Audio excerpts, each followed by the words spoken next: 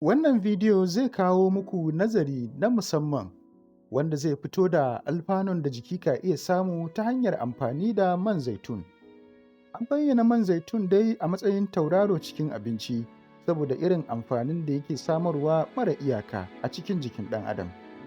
Manazarta sun yi ittifaƙin cewa shan man zaitun da safe kafin karin kumallo yana wanke jiki daga guba wato toxins. To amma da gaske yana aiki kuwa? Man zaitun yana ɗauke da sinadarin calories wanda watakila ka yi mamakin jin cewa yana iya rage ƙiba. Masu bincike a ƙasar Spaniya sun raba ɗalibai zuwa rukuni biyu, sai suka gano cewa rukuni na farko ba sa ɗauke da ƙiba fiye da kima dalilin yin girke-girke da man zaitun. Idan aka kwatanta da rukuni na biyu, waɗanda suke girke-girke da sauran nau'uka na man girki. Wannan bincike an kammala shi ne cikin shekaru 6. Man zaitun yana rage matsalolin da ke shafar lafiyar zuciya. A maimakon yin suya da butter ko margarine, ka koma amfani da man zaitun mana. Domin bincike ya nuna cewa mutanen da ke shan man zaitun rabin ƙaramin cokali kowace rana za su iya kaucewa kamuwa da cututtukan zuciya wato cardiovascular diseases da kaso 15.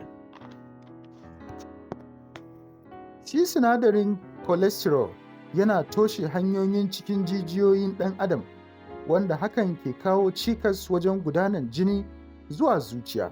Shi ko man zaitun yana narkar da sinadarin cholesterol. Man zaitun har yau yana ɗauke da sinadarin antioxidant. Su kuwa sinadaran antioxidant suna kawar da dauɗan cikin jiki masu taruwa a cikin jikinmu daga abincin da muke ci yau da kullum. Jikinmu dai yana samar da antioxidant da kansa, amma sinadarai irin su vitamin E da kuma phenolic acid wanda man zaitun ke samarwa na da matuƙar ƙarfin wanke dauɗan cikin jiki gabaki ɗaya. Wani sinadari na musamman da muke samu daga man zaitun wato oleocanthal yana rage tasirin gyambo a cikin jikin ɗan adam. Za mu iya cewa dai man zaitun yana mai da tsohuwa yarinya, domin kuwa sha da shafa man zaitun yana wanke fata da kuma ƙara ƙyalli da kyan fata. Man zaitun yana ƙara kaifin ƙwaƙwalwa, sannan yana rage yawan rikicewar ƙwaƙwalwa ga tsofaffi da ma masu ƙananan shekaru.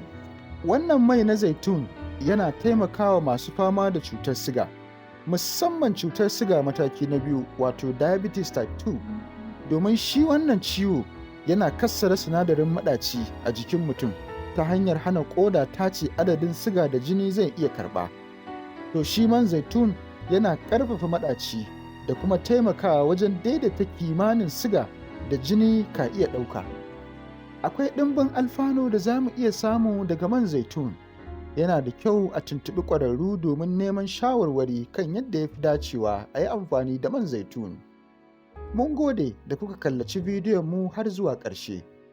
Ku daure ku yi mana like, ku yi comment, sannan ku yi subscribe a wannan channel domin ci gaba da amfana daga irin bidiyonmu da muke ɗorawa domin ku.